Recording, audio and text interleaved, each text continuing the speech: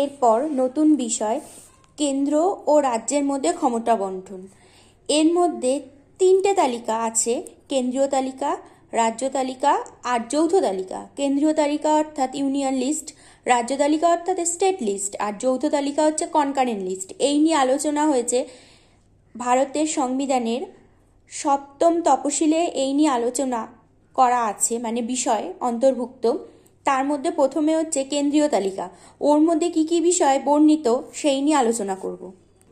প্রতিরক্ষা, পারমাণবিক শক্তি, রেল ব্যবস্থা, বায়ুপথ, পোস্ট এবং টেলিগ্রাফ, যুদ্ধ এবং শান্তি, ব্যাংকিং ব্যবস্থা, বৈদেশিক বাণিজ্য, মুদ্রা, বন্দর, আরবিআই, বিদেশি বিষয় প্রভৃতি কেন্দ্রীয় তালিকার অন্তর্ভুক্ত। আর এই যেই কটা নাম আমি বললাম সেইগুলোর বিষয় একমাত্র কেন্দ্রীয় সরকারই আইন প্রণয়ন করতে পারে, এছাড়া আর কেউ না।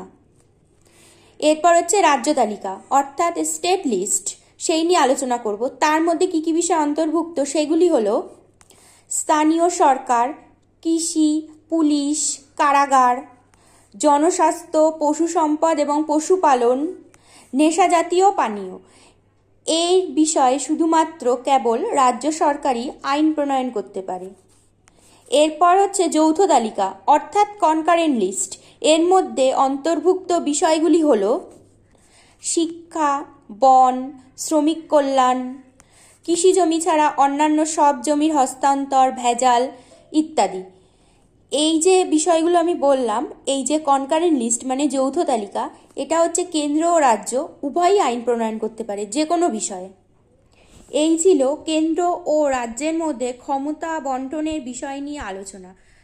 তোমাদের যদি ভিডিও ভালো লেগে থাকে তাহলে অবশ্যই লাইক করে আমার পাশে থেকো।